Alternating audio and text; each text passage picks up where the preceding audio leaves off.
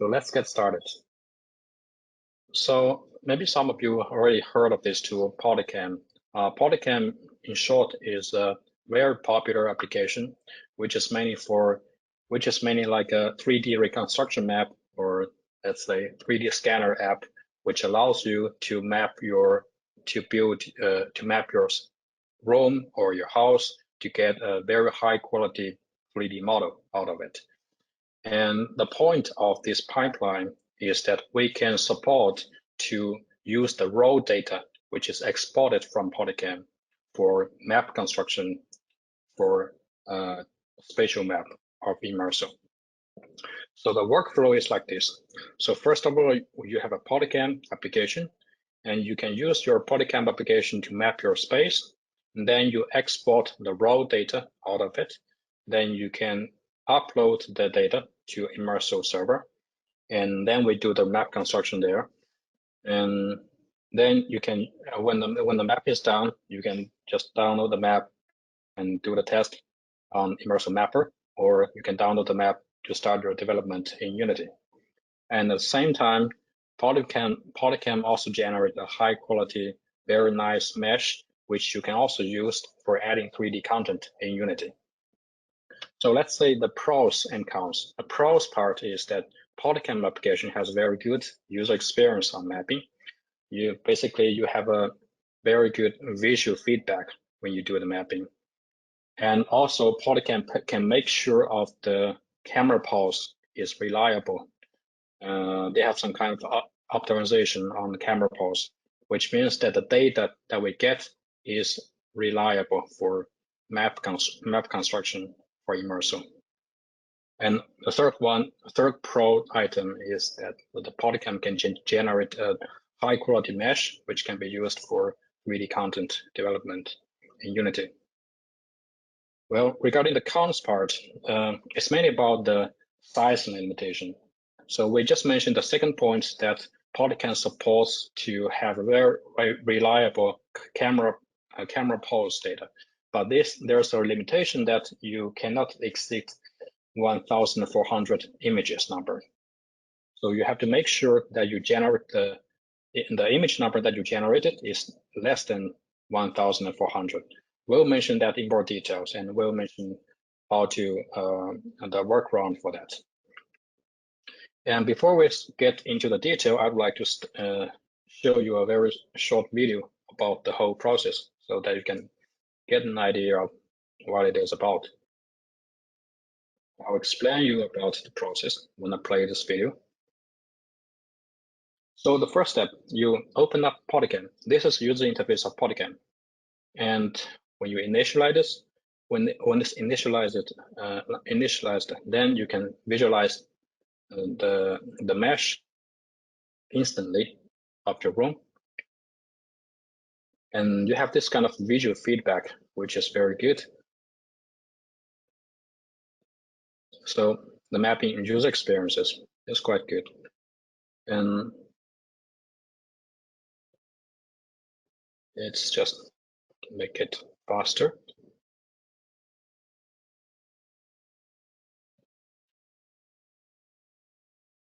So now when it's done, within the Polycam user interface, we can see a rough mesh, and then you can start to proceed. And when it's completed, you get a very nice mesh from Polycam, and mesh and texture. And this can be used later in Unity. And now you export the raw data. We need to export the raw data. Raw data means the images, the camera pulse, and the images and the camera pulse. Those two are important for us. Then you can share this data. You can transmit this data to your computer. And then with our script, we can convert and upload data to Immersal backend. Well, this screen is just a visualization of the data. And then you can find a new job on Immersal. And when it's done, you can see the spatial map of Immersal of my room. You can see this is a spatial map of my room. And then you can just download this map and test localization with Immersal Mapper app. or download the map into Unity for development.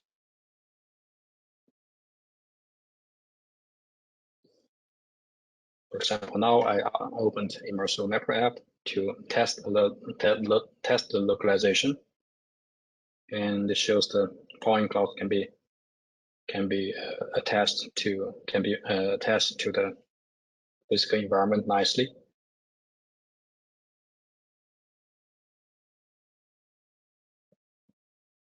And then I imported the Polycam generated mesh into Unity, and the Polycam mesh, the coordinate system of Polycam mesh and the point cloud from Immersal can be aligned together automatically. And then I start adding AR content in Unity. For example, if I place this kind of rocket on the four corner of my table,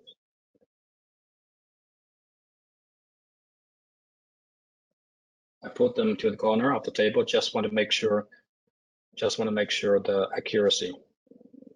And then I build the app and try to test it in my space. So you can see that when they get localized, I can see AR content showed in the right place.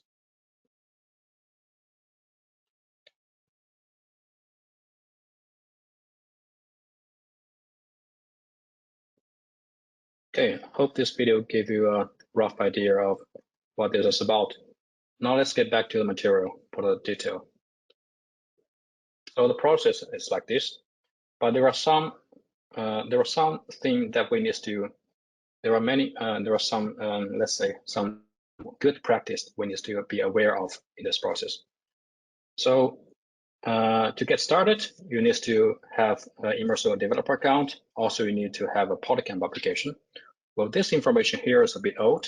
Previously, you need a Polycam Pro license, but it seems that they have been changed in the last 2 weeks or last month, that now you don't need that. Now, even with the free license, you can export raw data. So the point for us is that we need to get two things. One is the images.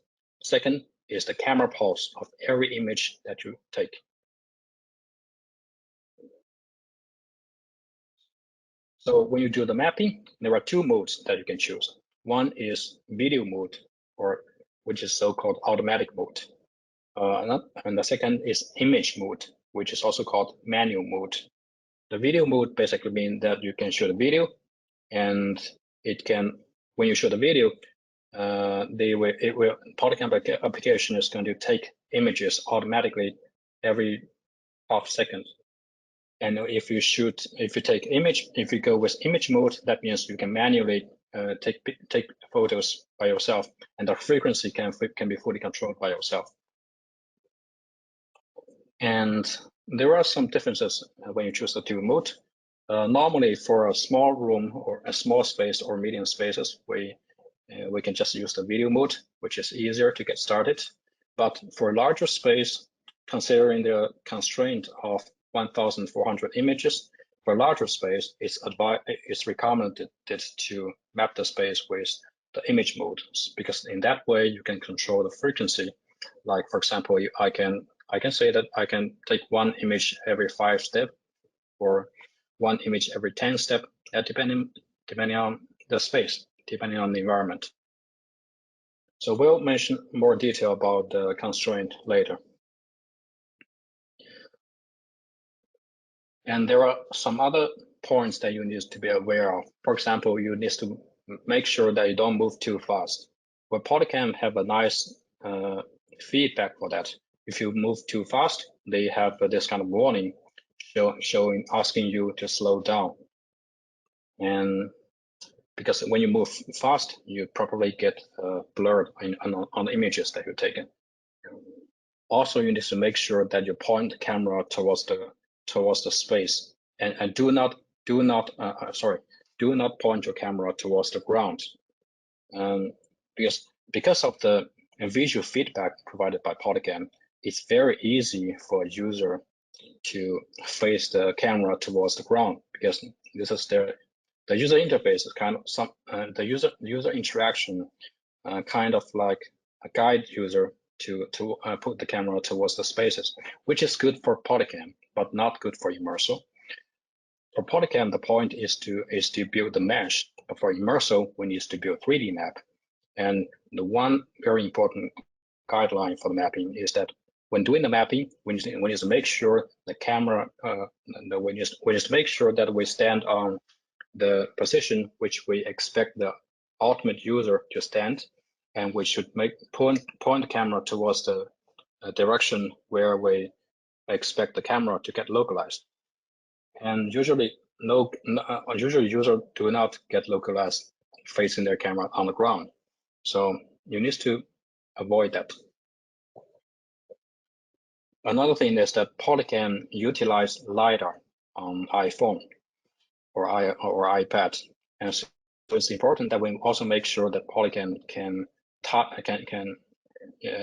it's also important that we make sure your camera can touch some spaces and can touch some surface, such as the ground, such as the wall, such as the ceiling. We make sure LiDAR can touch the spaces. In another word, we need to avoid to put your camera towards the air. One thing important is that for Polycam, since they use LiDAR, and LiDAR has a limitation of the detection range, which is about 5 meters, which means that if the object is out of that range, probably you don't get the mesh. But it's not a problem for Immersal, because we just need the images, we just need the photo. So it's okay that you put your camera towards some far away object so that we can get the photo of the object. Although you don't get the mesh from Polycam, that's okay.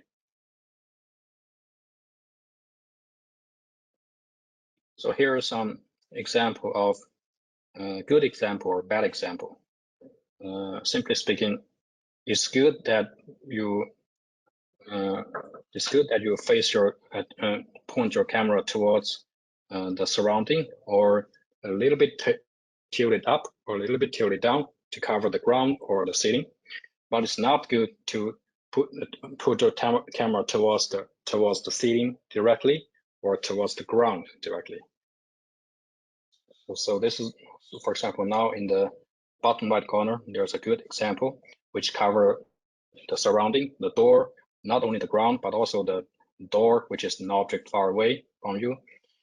And the second and the last image is a bad example, in which you put your camera only towards the ground, which is okay for Polycam, but bad for Immersal. So this is another example for outdoor situation. For outdoor, basically you need to make sure that you never put your camera towards the air, because in that case, the LiDAR couldn't touch the surface. You need to make sure that LiDAR always touch something.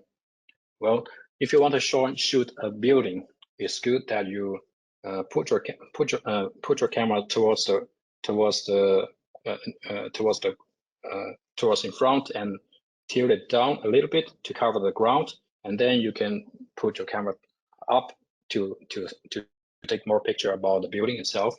If you want to move to the next step, you need to keep the camera touching the ground to move to the next step. Then you can tilt it up to cover the surrounding.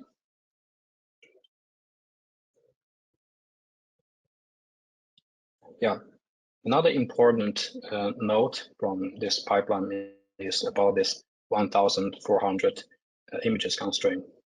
Basically, one of the most important reasons, or one of the most pros of this pipeline is that Polycam can have this kind of camera pulse optimization, which is also called the loop closure feature.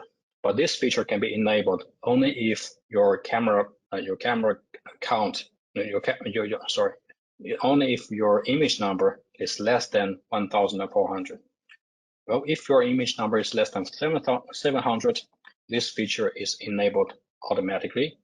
But if your camera, if your image number is between 700 and 1,400, this option is disabled, but you can manually enable it, which means that this is just kind of warning from Polycam that they don't want too much images to be uploaded to the server, which is a pressure for the server. But in this case, you can still manually enable it. But if the image number is more than 1,400, you cannot enable this feature. And this have a big difference between the case with it and without it. Let me show you. Here, this is an experiment that we have done, and this area, this street block is a large street block. The longer size is about 300 meters. The shorter size is about 200 meters. The total square meter is about the total area is about 60,000 square meter. It's a large space. But even for with this large space, we can use Polycam to map. But we need to make sure that we can enable this loop closure feature. You can see in the image in the middle, this is the case when we enabled this loop closure feature. You can see the whole circle can be closed correctly. But from the last image, you can see this is the case when this feature is not enabled. In that case, there's a drift, and there are some problems on the position which are marked in red there. And actually, the image, the map in the middle is when I map with, since this space is very large, the map in the middle is when I mapped with the photo mode or image mode with Polycam, in which way I can control the frequency so that I can enable this loop closure feature. But the last image is the situation when I just used the video mode, and then I got about 3,000 and 4,000 images. Then since I couldn't enable this loop closure feature, so there was some problem in the part that I marked in red. This just gives you an idea of how it looks when we enable and disable this feature. So in summary, that we need to make sure that we have less than 1,400 image count in total. But there's one second, please. But there's but in practice, if you shoot in the video mode in Polycam user interface, you cannot see how much images you have taken because it's automatic. And usually from our test, you cannot if you shoot it in video mode, it's the best it's best not to shoot the video longer than 15 minutes. If you shoot a video less than 15 minutes, usually it's below 1,400. But if you should do it in the manual mode, it's up to you, and you can see the count of how much image has been used on the user interface. It's easier to control. So then, the last step is when you complete the Polycam, then you can export the data from Polycam, and then you can use our script and to upload the data to Immersal backend. And later we will make we'll provide a button on Immersal servers, Immersal developer portal user interface, which allows you to easier uploading Polycam raw data. But now with a script, you can simply convert and upload Polycam raw data to Immersal backend. And when it's done, you can just get the map and start testing or start development in Unity. So that's it for this new pipeline. I hope some of you, if you're interested, just to download Polycam and have a try. And if you have any problem, for example, probably now you don't have the script, which is for uploading the data, you may contact us and we will help you to do the experiment. Thank you, Marlin. That was excellent. Very interesting indeed. I don't see any questions in the questions part now, but I have one question for each of you. I will start with Marlin. The Polycam workflow, where do you see it as the most useful? In what kind of projects? Yeah, Polycam pipeline is very good for small size or medium size spaces. Or some customer maybe we used to heard some complaint about taking pictures is too laborious, especially for medium-sized or even larger size spaces, which is true. And actually for small size or medium-sized spaces, Polycam pipeline can make the mapping experience much smoother and easier, at least easier to get started because of the visual feedback. And also Polycam can make sure the camera pulse is accurate because they have the optimization for that, which can improve the success rate of map construction if you don't have a lot of experience about Immersal Mapper app. But Immersal Mapper app is more, let's say, more flexible, which can cover not only small space but also large space. It's more like a tool, but you need to have more experience. But Polycam is like a tool which can make you easy to get started with. Thank you, Marlin.